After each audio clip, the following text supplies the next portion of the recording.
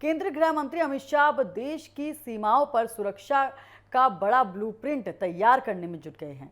राजस्थान से लेकर पश्चिम बंगाल तक, पाकिस्तान बॉर्डर से लेकर बांग्लादेश सीमा तक गृह मंत्री का फोकस अब सीधे सीमावर्ती इलाकों पर है। आने वाले दिनों में अमित शाह 4 राज्य के बॉर्डर इलाकों का दौरा करेंगे और इस दौरान सिर्फ बीएसएफ ही नहीं बल्कि जिला प्रशासन, पुलिस और एजेंसियों के साथ बड़ा मंथन होगा। देश की सीमाओं को लेकर केंद्र सरकार अब अलर्ट मोड पे नजर आ रही है और आप किसी भी तरह की ढिलाई के मूड में नहीं दिखाई दे रही है।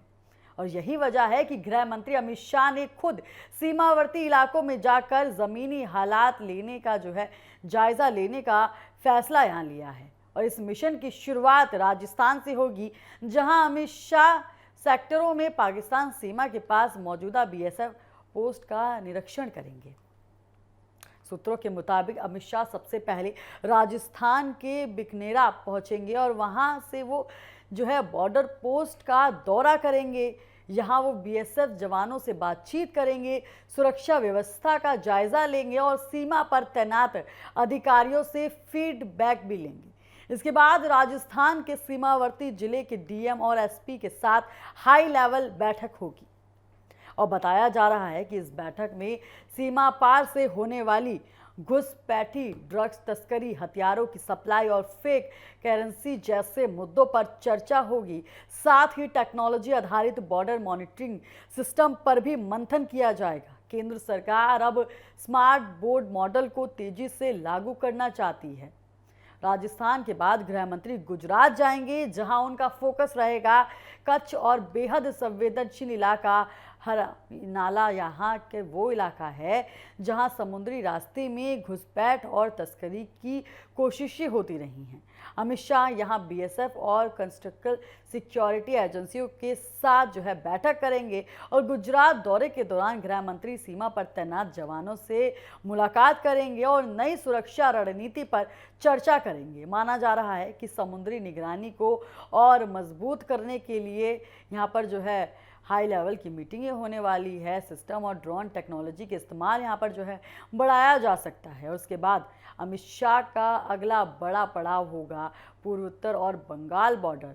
त्रिपुरा और पश्चिम बंगाल के सीमावर्ती इलाकों में गृह मंत्री खास तौर पर बांग्लादेशी सीमा की स्थिति की समीक्षा करेंगे और यहाँ वो अवैध घुसपैठ और फेसिंग लंबे समय से बड़े राजनीतिक और सुरक्षा मुद्दों पर रहे हैं। सूत्र बताते हैं कि गृह मंत्री सीमावर्ती जिलों में डीएम और एसपी के साथ अलग अलग बैठक करेंगे, जिसमें स्थानीय प्रशासन को साफ संदेश दिया जाएगा कि सीमा सुरक्षा सिर्फ बीएसएफ की जिम्मेदारी नहीं है बल्कि जिला प्रशासन और पुलिस की भी अहम भूमिका है। केंद्र सरकार का मानना है कि सीमावर्ती इलाकों में डेमोग्राफी बदलाव और अवैध घुसपैठ राष्ट्रीय सुरक्षा के लिए गंभीर चुनौती बनते जा रहे हैं। इसी को देखते हुए हाई पावर डेमोग्राफी मिशन को भी तैयार किया गया है, जो खास तौर पर बंगाल और त्रिपुरा जैसे राज्यों में फोकस करेंगे। पश्चिम बंगाल में बॉर्डर फेसिंग को लेकर लंबे समय से राजनीति भी होती जा रही है। बीजेपी लगातार आरोप लगाती रही है कि सीमा पर कई हिस्सों में फेसिंग अधूरी है, जिसकी वजह से घुसपैठ आसान होता है। गृह मंत्री अमित शाह पहले भी इस मुद्दे को कई मंचों से उठा चुके हैं। हाल ही में पश्चिम बंगाल में सीमा फेसिंग को लेकर नई गतिविधियां भी तेज हुई हैं। कुछ इलाकों में बीएसएफ को जमीन सौंपी जाने और फेसिंग कार्य शुरू करने की खबरें सामने आई हैं। ऐसे में अमित शाह का बांग्ला दौरा राजनीतिक और सुरक्षा दोनों नजरिए से बेहद अहम माना जा रहा है।